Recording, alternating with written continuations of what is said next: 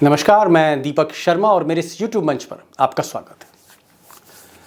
दोस्तों, देश का सेमीफाइनल अब धीरे धीरे अपने मंजिल के बेहद करीब आ चुका है और चंद दिनों में मशीनें खुलने वाली हैं और चुनाव का इस सेमीफाइनल का नतीजा आप सबके सामने होगा।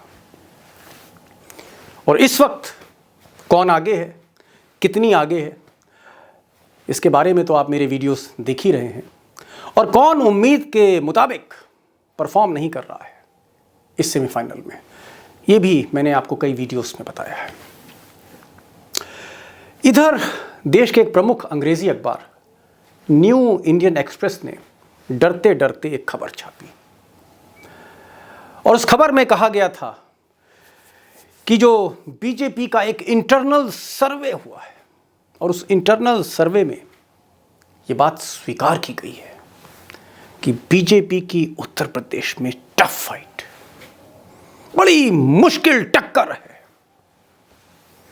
और एक लफ्ज इस्तेमाल किया गया कि बीजेपी के जो बड़े नेता हैं वो अनकंफर्टेबल हैं, अनकंफर्टेबल।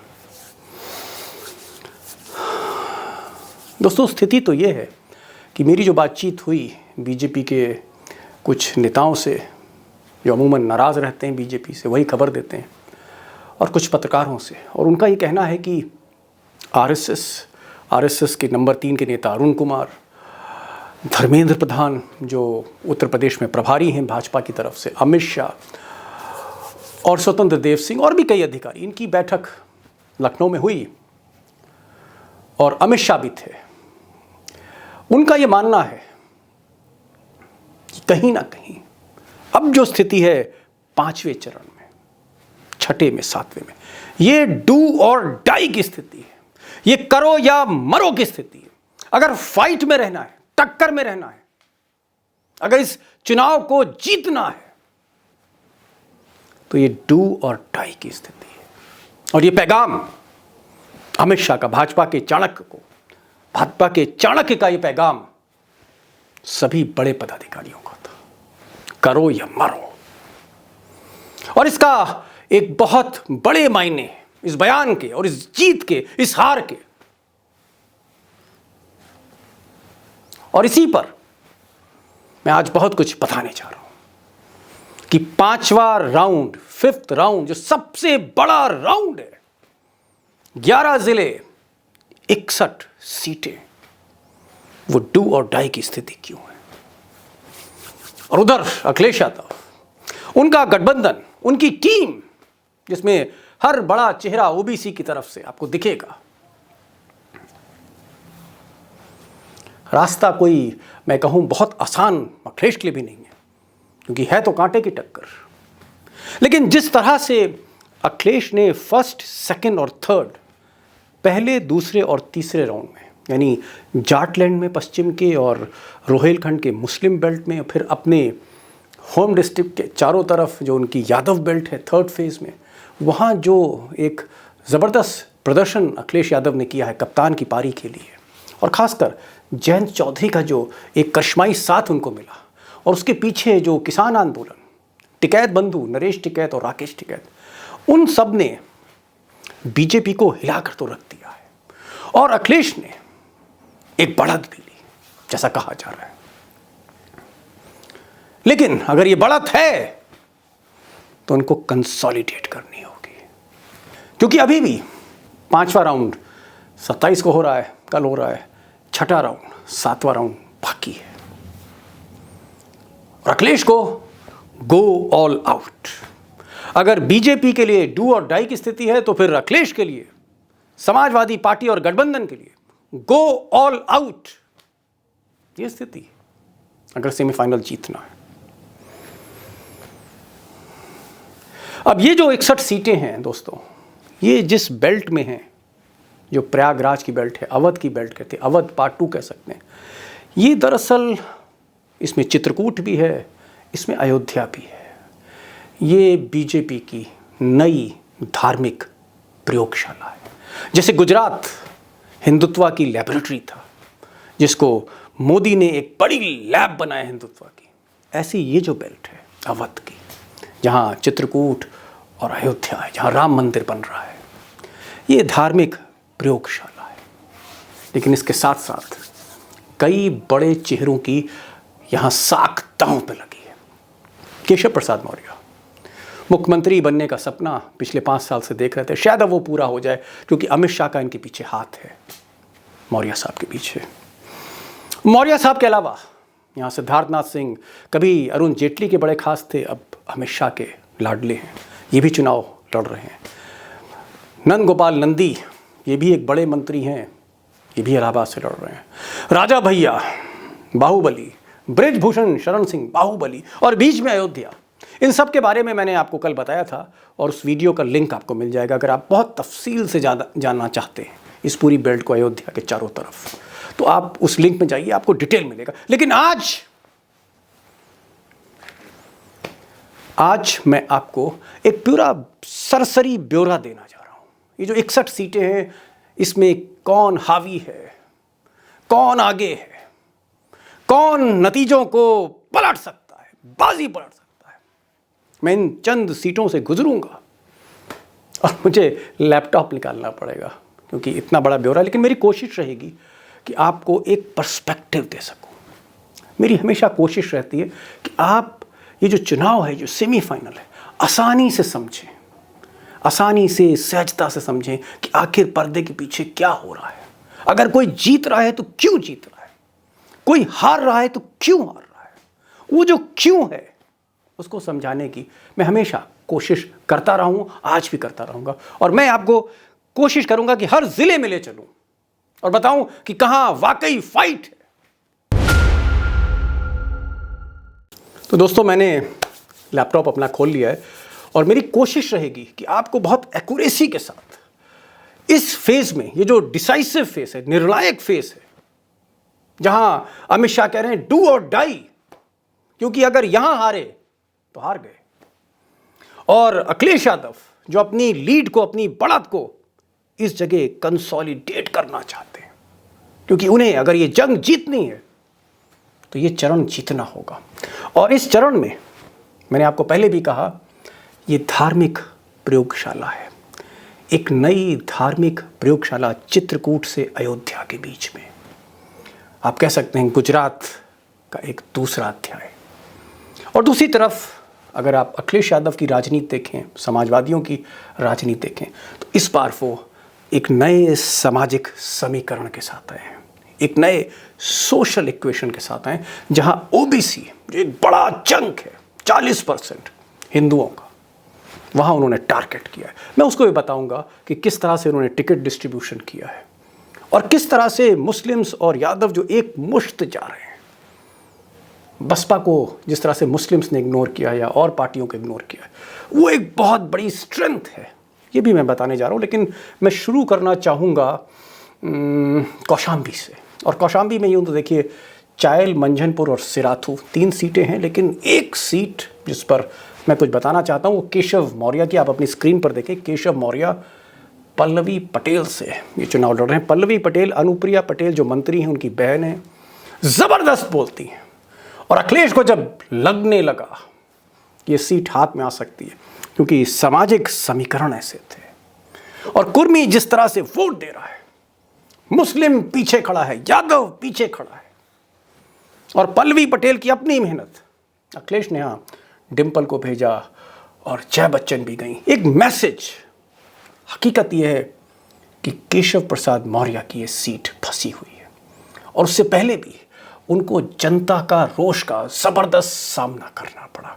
ऐसा सामना कि जब उसका वीडियो वायरल हुआ तो लगा कि अगर मौर्य साहब के साथ सिक्योरिटी ना होती तो उस दिन पब्लिक कुछ भी कर सकती थी। बहरहाल, भगवान, हम चाहेंगे, ईश्वर से कामना है कि मौर्य साहब स्वस्थ रहें, और मेरी शुभकामनाएं उनको इस चुनाव के लिए, क्योंकि ऐसा कहा जा रहा है कि अगर बीजेपी जीती तो वो मुख्यमंत्री हो सकते हैं।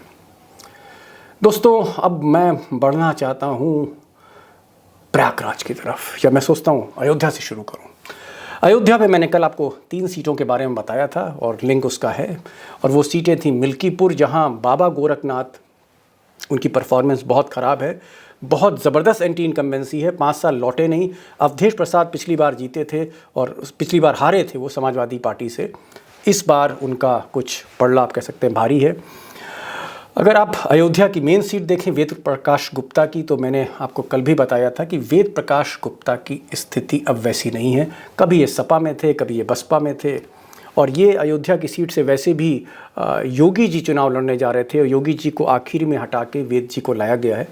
तेज नारायण पांडे और पवन पांडे वहाँ बहुत अच्छी परफॉर्मेंस दे रहे हैं। इसी तरह से मुझे लगता है कि अयोध्या में अगर आप गोसाईगंज की सीट देखें तो अभय सिंह यहाँ पर बहुत अच्छी परफॉर्मेंस, पिछली बार 77,000 इन्होंने वोट दिए थे। और आरती तिवारी, दरअसल आरती तिवारी चुनाव नहीं लड़ रही, उनके चुनाव ये आरती तिवारी के पतिदेव खब्बू तिवारी जो है भाजपा के, वो लड़ रहे हैं, लेकिन वो इत्तेफाक से जेल में है एक बड़े कांड के चक्कर में।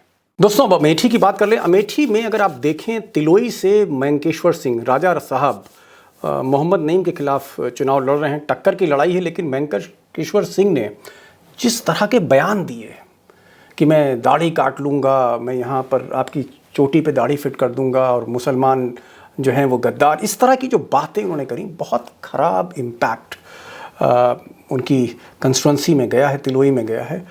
और जो हवा का रुख है कहीं ना कहीं वो मोहम्मद नईम, जिनके साथ ओबीसी भी हैं और अच्छा चुनाव लड़ रहे हैं, मैंकेश्वर सिंह साहब जो हैं उनके लिए थोड़ी स्थिति टफ है।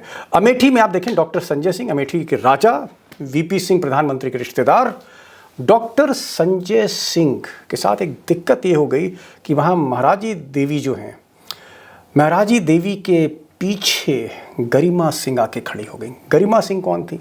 गरिमा सिंह संजय सिंह की पहली वाइफ थी, या आप ये कह सकते हैं ओरिजिनल वाइफ थी। और वो ओरिजिनल वाइफ का झगड़ा हुआ अमिता सिंह को लेकर, सबको पता है, हत्याकांड भी एक हो गया था इस चक्कर में। बहरहाल फैक्ट ये है कि राजा साहब संजय जी जिस तरह से गरिमा सिंह, उनकी जो पहली पत्नी थी, वो समाजवादी पार्टी को पीछे से समर्थन दे रही हैं, संजय सिंह हो सकता है कि बहुत मुश्किल दौर से इस वक्त अपने ही रियासत में गुजर रहे हैं। अब दोस्तों सबसे बड़े राउंड, 5th राउंड में, यहाँ 61 सीट्स हैं, वहाँ पर सबसे बड़ा जो ज़िला है वो इलाहाबाद है, प्रयागराज। 12 सीटें हैं यहाँ पर और एक से बढ़कर एक नेता मंत्री यहाँ लड़ रहे हैं। सपा की और भाजपा दोनों की साख यहाँ पर अटकी हुई है। इलाहाबाद जो जीता वो ये कह सकते हैं 5वां राउंड जीत गया। एक बार देख लेते हैं सीट। उत्तर में हर्षवर्धन वाजपेयी बीजेपी से, संदीप यादव समाजवादी पार्टी, संजय गोस्वामी हैं इसमें बसपा से, अनुग्रह नारायण सिंह। अनुग्रह नारायण जो हैं ये बड़ा ही मिलनसार व्यक्ति हैं, कांग्रेस से हैं, अच्छी फाइट दे रहे हैं, कई बार एमएलए रह चुके हैं। संदीप यादव नए हैं और जब इनको टिकट दिया गया तो बहुत लोगों को संदीप यादव का नाम नहीं मालूम था, लेकिन अखिलेश ने इसलिए टिकट दिया क्योंकि इन्होंने लाठी खाई है पुलिस की, कई संघर्ष में रहे, तो कार्यकर्ताओं के नाते इनको ये टिकट दिया गया संदीप यादव को।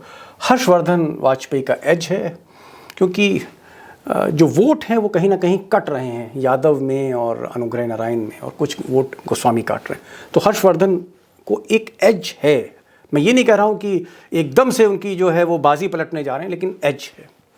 पश्चिम हम देखते हैं, और पश्चिम अगर आप देखें तो पश्चिम में 40-45% एरिया गांव का आता है, और जहाँ गांव है वहाँ सपा है, और जहाँ शहर है वहाँ बीजेपी है इलाहाबाद में। सिद्धार्थनाथ सिंह मैंने पहले भी कहा कि अरुण जेटली के बड़े खास थे, और आप कह सकते हैं कि अमित शाह के लाडले हैं, ब्लू आइड बॉय हैं, लाल बहादुर शास्त्री के परिवार से हैं, लेकिन लाल बहादुर शास्त्री जैसा कोई गुण मुझे इनमें दिखा नहीं। हमेशा विवादों में रहे, तरह तरह के विवाद हैं, मैं उनमें नहीं जाना चाहता क्योंकि पोलिंग है। इनको बहुत टफ फाइट ऋचा सिंह दे रही हैं, बहुत टफ फाइट दे रही हैं। और जो मुस्लिम्स हैं, जो यादव हैं, जो ओबीसी हैं, और जो गांव की जनता है, ऋचा सिंह के पीछे खड़ी। ऋचा सिंह पिछली बार जब चुनाव लड़ी थी, मैं इलाहाबाद में था, मैंने देखा था, तब भी बहुत टफ फाइट थी इनकी।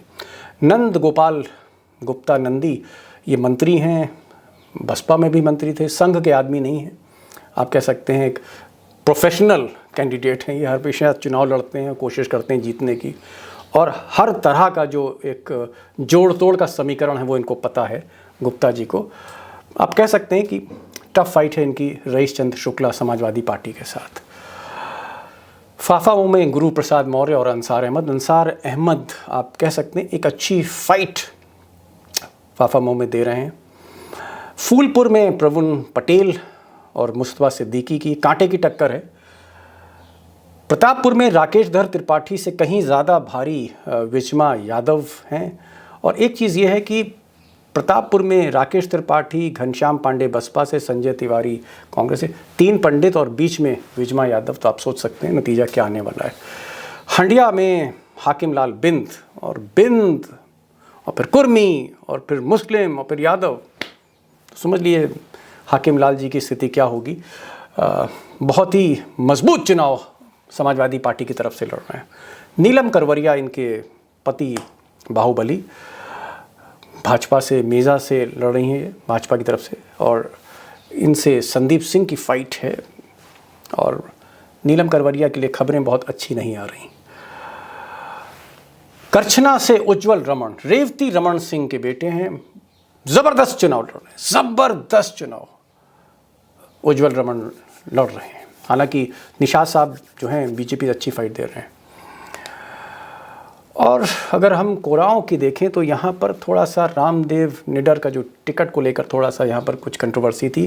बहरहाल इस पर भी कांटे की टक्कर है। तो आप ये देखें कि समाजवादी पार्टी इलाहाबाद में एक ज़बरदस्त टक्कर दे रही है बीजेपी को उसी के गढ़ में। बहराइच की बात कर लेते हैं, नेपाल से सटा हुआ है, मुस्लिम बाहुल, यादव भी हैं। जो कास्ट कॉम्बिनेशन जिसकी तलाश, जिस सामाजिक समीकरण की तलाश अखिलेश यादव को है, समाजवादियों को है, वो सारे समीकरण बहराइच में मौजूद हैं। और अगर हम बहराइच की एक सीट देखें, बहराइच सदर के अनुपमा जायसवाल, यासिर शाह पिछले बार भी जीते थे चुनाव मोदी जी की लहर में, लेकिन वो किसी और बहराइच से नहीं थे, वो मटेरा से जीते थे। और इस बार उन्होंने बहराइच में अपनी सीट ली है। ये सीट उनकी मदर की थी जिस पर यासिर शाह साहब लड़ रहे हैं। अनुपमा जायसवाल का हाल इतना ख़राब था कि एक तो उनका मंत्रालय चला गया, उन पर भ्रष्टाचार के चार्जेस भी लगे थे, और साथ ही साथ अनुपमा जायसवाल कभी भी कंस्टिट्यूंसी नहीं गई। बहुत ज़बरदस्त विरोध हुआ। तो एक ज़बरदस्त सत्ता विरोधी लहर का अनुपमा जायसवाल सामना कर रही हैं। और यासिर शाह जो पिछले बार भी मोदी लहर में भी जीत गए थे, तो आप समझ सकते हैं क्या यहाँ होने वाला है। इसके अलावा यहाँ पर एक सीट में और बताऊँगा, नानपारा, और माधुरी वर्मा जो हैं ये समाजवादी पार्टी में आई हैं इस बार, बहुत ज़बरदस्त ये चुनाव लड़ रही हैं माधुरी वर्मा। महसी में आप कह सकते हैं कि ये जो सीट है इसमें सुरेश्वर सिंह और के ओझा में एक टक्कर है, फाइट है। बट बहराइच में जो ओवरऑल सीन देखने को मिलता है, समाजवादी पार्टी तेज़ी से बाउंस बैक कर रही है। बाराबंकी में 6 सीटें हैं। अब 6 सीटें तो मैं दोस्तों बता नहीं सकता, लेकिन कुर्सी और दरियाबाद, ये 2 सीटें थोड़ा सा डिस्कस करना चाहूँगा। कुर्सी में राकेश वर्मा, बेनी प्रसाद वर्मा, मुलायम और बेनी एक नारा हुआ करता था, बेनी प्रसाद वर्मा के बेटे हैं राकेश वर्मा, कुर्सी से लड़ रहे हैं और ज़बरदस्त इनका वोट बैंक है। और कुर्मी तो आप सोच सकते हैं कि जो वहाँ वोट हैं वो इनके साथ हैं उस पूरी बेल्ट में, ये जो बेल्ट है। और जब से वहाँ पर अखिलेश यादव ने ज़बरदस्त रैली करी, भाषण दिया, तो एक हवा इन्होंने बदल दी राकेश वर्मा ने। और साकेंद्र प्रताप वर्मा थोड़ा सा प्रेशर में है। दरियाबाद में अरविंद सिंह गोप लखनऊ यूनिवर्सिटी के प्रेसिडेंट हुआ करते थे, समाजवादी पार्टी में मंत्री थे, मुलायम सिंह के बड़े खास, अखिलेश के भी प्रिय हैं। और थोड़ा सा इनकी जो सीट बदली गई दरियाबाद, उसमें थोड़ा सा मुश्किल था, लेकिन इधर जो माहौल अखिलेश ने वहाँ जाके बनाया है, तो अरविंद सिंह गोप अच्छी स्थिति में। बाराबंकी और जैतपुर की अगर आप सीटें देखें तो यहाँ पर टक्कर है, आप कह सकते हैं। और इस पर मैं कुछ बोलना नहीं चाहूँगा 2 सीटों पर। दोस्तों, प्रतापगढ़ यानी कुंडा मतलब राजा भैया, और राजा भैया हमेशा विवादों से घिरे रहे हैं। इस बार राजा भैया रणभूमि में फंस गए, उनका रथ फंस गया है। और रथ इसलिए फंस गया है क्योंकि वो मुस्लिम्स और यादव इस कॉम्बिनेशन के दम पर जीतते आए, और समाजवादी पार्टी ने कभी, मुलायम सिंह यादव ने वहाँ पर कभी उम्मीदवार ही नहीं खड़ा किया। अखिलेश ने पहली बार उम्मीदवार खड़ा किया है, और इस उम्मीदवार जिसको खड़ा किया है गुलशन यादव राजा भैया के कभी साथी रहे, तो राजा भैया से वो डरते नहीं हैं। दोनों के पास बंदूकें हैं, लेकिन समर्थन गुलशन यादव जुटा रहे हैं, क्योंकि वो जो मुस्लिम और यादव, वो जो समाजवादी पार्टी के कंधे पर चढ़ते चले आए राजा भैया, वो कंधा हट गया है उनसे। एक और सीट मैं जिक्र करूंगा, वो सीट है, अगर मैं कहूं तो सदर की सीट है, राजेंद्र मौर्य और कृष्णा पटेल। अब ये कुर्मी यहाँ पर हैं, यादव भी हैं, मुस्लिम्स भी हैं, लेकिन कुर्मी डिसाइसिव हैं, और कृष्णा पटेल, अनुप्रिया पटेल, पल्लवी पटेल, ये दो बहनें हैं, उनकी मदर हैं। और इतना सम्मान है अपनी बिरादरी में कि कृष्णा पटेल को इनकी बिरादरी राजमाता कहती है, राजमाता, ये सम्मान है। तो इस सम्मान के बाद अब मैं कुछ इस पर बोलना नहीं चाहूँगा। एक सीट और हम डिस्कस कर लेते हैं, पट्टी, और पट्टी में राजेंद्र प्रताप सिंह और राम सिंह पटेल की फाइट है यहाँ पर। और इसी तरह से विश्वनाथगंज में भी एक अच्छा मुकाबला हो रहा है। तो दोस्तों, ये मैंने आपको मोटा मोटा बताया, और जब ये राउंड कंप्लीट हो जाएगा तो मैं विस्तार से कि वाकई क्या हुआ ये मैं आपको ज़रूर बताऊंगा। एक बार मतदान पढ़ने दीजिए। अब दोस्तों, असली मुद्दे पर आते हैं कि आखिर वो 5 कारण क्या हैं, वो 5 रीजंस कि इस बेल्ट में, इस 5th राउंड में अखिलेश ऑल आउट क्यों जा रहे हैं, क्यों अपनी लीड को कंसोलिडेट कर रहे हैं, वो क्यों हावी हैं, वो क्यों एक जबरदस्त टक्कर दे रहे हैं बीजेपी के चाणक्य को। मैं उन 5 कारणों को बहुत जल्दी जल्दी गिनाना चाहता हूं। पहला कारण है ओबीसी। ऑब्वियसली ओबीसी पर जिस तरह से शुरू से अखिलेश ने, मैं कहता हूं अर्जुन की तरह, जब उन्होंने एक मछली की आंख को देखा, वैसी नजर रखी उन्होंने ओबीसी पर। और जितने बड़े नेता हैं, आप नाम लीजिए, जितने बड़े ओबीसी के चेहरे हैं उत्तर प्रदेश में, सब के सब साइकिल पर हैं। प्रसाद मौर्य हो, चाहे दारा सिंह चौहान हो, चाहे धर्म सिंह सैनी हो, चाहे वो कृष्णा पटेल हो, पल्लवी पटेल हो, ओम प्रकाश राजभर हो, महान पार्टी हो, फिर आरएलडी हो, जैसे ओबीसी के मैग्नेट हो गए हैं अखिलेश यादव। और एक चीज़ याद रखिएगा, ओबीसी अगर गया तो बीजेपी बहुमत से गई। ये मैंने नहीं कहा, ये गोविंदाचार्य का कहना था, जो किसी समय में बीजेपी के थिंक टैंक थे। ओबीसी चाहिए अगर बहुमत हासिल करना है। तो ओबीसी में जो दरार डाली है अखिलेश ने, ये पहला रीजन है। दूसरा, टिकट डिस्ट्रीब्यूशन। ये सही बात है कि कुछ टिकट ऐसे हैं जहां पर आपत्ति हो सकती है, कुछ मजबूरियां हो सकती हैं अखिलेश की, जहां पर उन्होंने कुछ कार्यकर्ताओं को, कुछ पुराने नेताओं को उन्होंने ऑब्लाइज किया हो, लेकिन ज़्यादातर टिकट बेहद होशियारी के साथ दिए गए और वही गजब ढा रहे हैं। उसका रीज़न ये है, उन्होंने मुस्लिम्स को कम टिकट दिया, यादव को इस बार कम टिकट दिया, उन्होंने ओबीसी को ज़्यादा टिकट दिया है, और कहीं कहीं ब्राह्मण्स को ज़्यादा टिकट दिया है। क्योंकि मुस्लिम एक मुश्त जा रहा है, यादव एक मुश्त जा रहा है। एक जुनून है, जो आप कह सकते हैं जो पुराने समर्थक समाजवादी पार्टी के थे, लेकिन ये जो नए हैं जिनको खींच रहे हैं मैग्नेट की तरह, उनको ज़्यादा से ज़्यादा टिकट, यानी ओबीसीज़ को ज़्यादा से ज़्यादा टिकट देकर बाजी पलटने की कोशिश अखिलेश यादव ने की है। दोस्तों, तीसरा बड़ा फैक्टर, और ये फैक्टर है एंटी इनकम्बेंसी, सत्ता विरोध। और सत्ता विरोध इसलिए, जिस तरह से केशव प्रसाद मौर्य, एक हंसमुख व्यक्ति, दिलदार आदमी, बड़े बैलेंस्ड हैं कुछ मामलों में, उनको दौड़ा लिया गया उन्हीं की कंस्टिट्यूंसी में, और अगर सिक्योरिटी नहीं होती तो कुछ भी हो सकता था। ये हाल डिप्टी चीफ मिनिस्टर का है, बाकी मंत्रियों का है।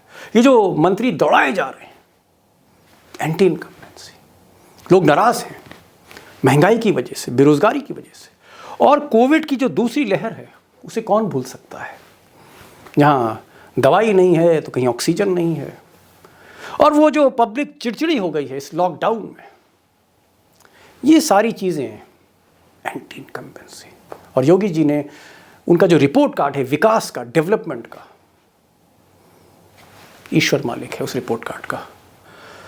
वाकई अगर उस रिपोर्ट कार्ड के असली नंबर देख ले पता नहीं क्या हाल होगा योगी जी का। तो वो डेवलपमेंट पे काम नहीं करना, सिर्फ हिंदू मुसलमान करना, और सबसे बड़ी चीज़ कि कोविड की दूसरी लहर में योगी एडमिनिस्ट्रेशन फेल हुआ है।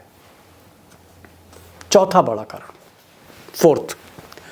फोर्थ रीज़न है सांप्रदायिक ध्रुवीकरण नहीं होना। बाराबंकी में एक धर्मस्थली गिरा दी योगी जी की पुलिस ने। ऐसा लगा उनको कि सारे अल्पसंख्यक इकट्ठा हो जाएंगे। कोई प्रतिक्रिया नहीं। मुस्लिम खामोश है, प्रतिक्रिया नहीं दे रहा है, बहुत सेंसिबिलिटी के साथ चुप है। मैं तो कहूँगा मुसलमान जैसे सत्याग्रही हो गया, गांधी की लाइन पे चल रहा है। और बार बार योगी को समझ नहीं आ रहा है कि ध्रुवीकरण करें तो कैसे करें। सांप्रदायिक ध्रुवीकरण का ना होना अखिलेश के पक्ष में जाता है, हालांकि ये प्रदेश के पक्ष में भी जाता है। और पांचवा कारण बहुत हैं, लेकिन 5 प्रमुख कारण। पांचवा कारण है परिवारवाद। मोदी जी पिछले बार के चुनाव की स्पीच दे रहे हैं, ऐसा लगता है। जिस परिवारवाद से मुक्ति पाली है अखिलेश ने, अपनी स्टेट एग्जीक्यूटिव कमेटी में एक भी परिवार का आदमी नहीं रखा। और तो और रामगोपाल, शिवपाल अपने परिवार के लिए टिकट मांगते रहे, नहीं दिया। बड़ी मुश्किल से शिवपाल को दिया, क्योंकि एक मैसेज देना था बिरादरी में कि ऑल इज वेल। किसी भी परिवार के आदमी को मंच नहीं दिया, किसी भी परिवार के आदमी को टिकट नहीं दिया, मजबूरी में शिवपाल को दिया। एक तरह से मुक्ति पाई है परिवार से और मुक्ति पाई है माफिया से, मुख्तार अतीक अंसारी जैसे लोगों से और राजा भैया जैसे लोगों से। राजा भैया के खिलाफ पहली बार समाजवादी पार्टी ने जो उम्मीदवार खड़ा किया, एक मैसेज है, progressive Samajwadi party under Akhilesh Yadav. दोस्तों, समय आज कुछ ज़्यादा ही हो गया, तो मेरी कोशिश आज यही थी कि मैं आपको एक झलक दे सकूं कि इतना बड़ा जो ये चरण है 5th फेज़ का, जिसमें 61 सीटों पर भाग्य आजमाया जा रहा है, मेरी कोशिश थी कि मैं आपको हर कंस्टिट्यूंसी तो नहीं, लेकिन हर ज़िले में जो प्रमुख फाइट है, जो प्रमुख बैटल है, कि युद्ध किसके बीच में हो रहा है, कौन इस युद्ध में हावी है, कौन पिछड़ रहा है, इसकी एक फील्ड, इसकी एक झलक देने के लिए मैंने आपको कुछ डेटा आपसे शेयर किया और कुछ अपनी टिप्पणियाँ, रिमार्क्स आपको दिए।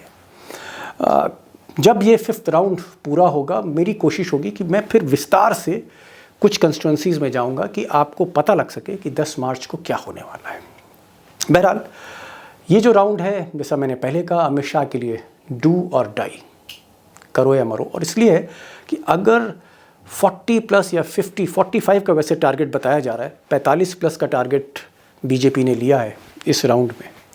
अगर वो टारगेट के करीब नहीं जाते तो फिर 6ठे और 7वें राउंड में बीजेपी इस दौर से बाहर भी हो सकती है। और वही स्थिति अखिलेश की है। अखिलेश को एक पल के लिए भी, एक ओवर भी उनको लूज नहीं खेलना है। हर गेंद इंपॉर्टेंट है और इसलिए हर सीट इंपॉर्टेंट है। और अखिलेश यादव कोशिश कर रहे हैं ऑल आउट जाने की, कि इस जीत को वो बरकरार रख सकें, कंसोलिडेट करें। बहरहाल 5वें राउंड के बाद 6ठा 7वां बनारस और गोरखपुर, और मेरी कोशिश रहेगी कि मैं आपको एक डीप इंसाइट देता रहूं। आखिर में एक ही गुजारिश होती है कि इस तरह की खबरें सुनाना, दिखाना, फैक्ट्स, फिगर्स के साथ आज के दौर में इतना आसान नहीं है।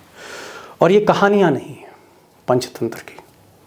बड़ी मेहनत से सबसे बातचीत करके और तमाम तरह के जो एक विरोध होते हैं, उनसे उभर कर आप तक आता हूँ कैमरे के सामने। तो इस बात को ज़्यादा से ज़्यादा लोगों तक पहुँचाइए, और यही मेरी विनती है, वही मेरा आपसे आग्रह है, और आपका साथ मिलता रहे।